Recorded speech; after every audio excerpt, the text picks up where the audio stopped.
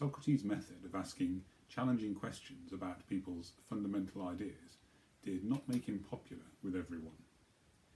Eventually, some annoyed Athenians decided to accuse him of corrupting the youth and denying the gods of the state.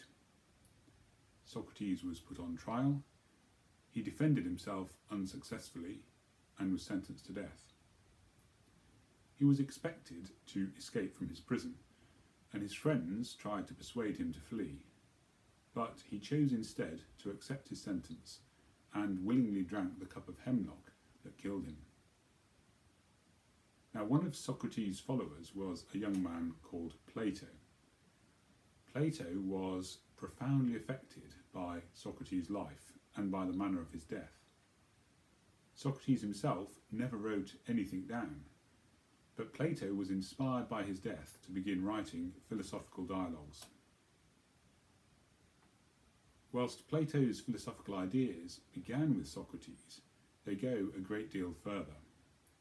Socrates was chiefly interested in questioning people in order to show the limits of their understanding. Plato, by contrast, developed a system of philosophical ideas which aimed to provide answers to the questions that Socrates had raised. One of the questions Plato considered was this: what is the nature of reality? When we look at the world around us, is what we see truly real?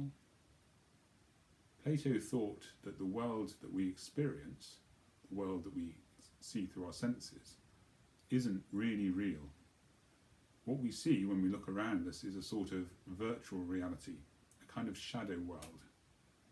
This was the point of his famous cave analogy. Imagine a world, Plato said, in which people are prisoners, chained up in a cave with their back to the cave's opening, so that they are unable to turn round to see the sun. All they can see are the shadows of things on the walls of the cave. Because they can never escape from the cave or even turn around, they mistake the shadows for reality. This story embodies the central idea of Plato's philosophy. The world around us, the world of physical objects, the world that we learn about through our senses, is not the real world. According to Plato, the real world is made up of what he called the ideal forms. These are changeless, perfect elements of reality which exist in an abstract ideal realm, a little bit like the Christian idea of heaven. Objects on earth are merely poor, imperfect copies of these perfect forms. This is a difficult notion to make sense of. One way to begin understanding it is to follow the following thought experiment.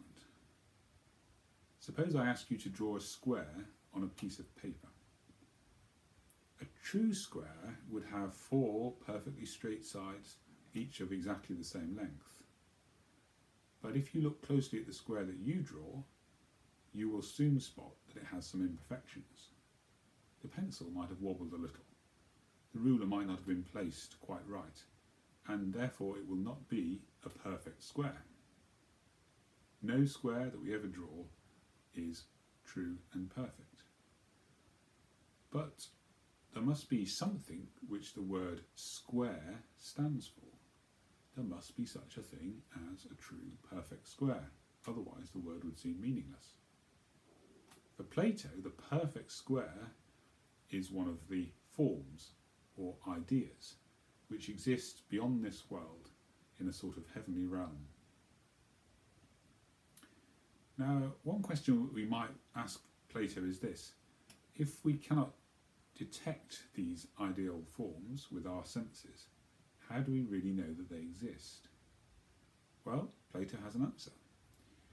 The heavenly world, the world of the ideal forms, is the world which we inhabited before we were born. We were able to perceive truths about the forms which we forgot when our souls were joined to our bodies, because we existed in the form of souls prior to our birth. Knowledge, Plato thinks, must be within each of us. It's there at birth. education does not mean learning new things, it means recollecting truths which we knew in our pre-physical existence.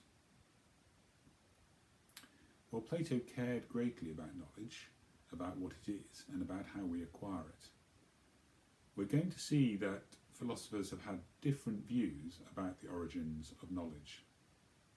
What sort of things do we know? And what do we really know for sure? Some philosophers have held that the most secure route to knowledge lies through the use of the mind, through reason and logic, based on what seems to be certain when we think hard about it. These philosophers are sometimes known as rationalists. Other philosophers hold that what is most certain is what we can detect with our senses.